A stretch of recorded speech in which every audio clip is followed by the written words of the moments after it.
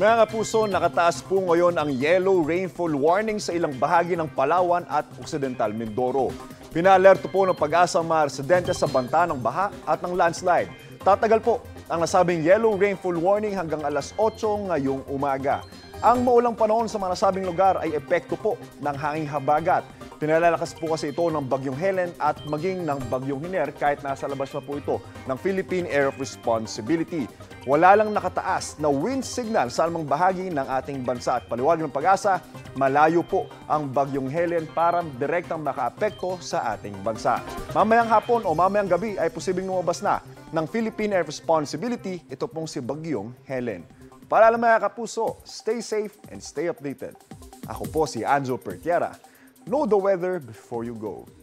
Para mag-safe lagi, mga kapuso.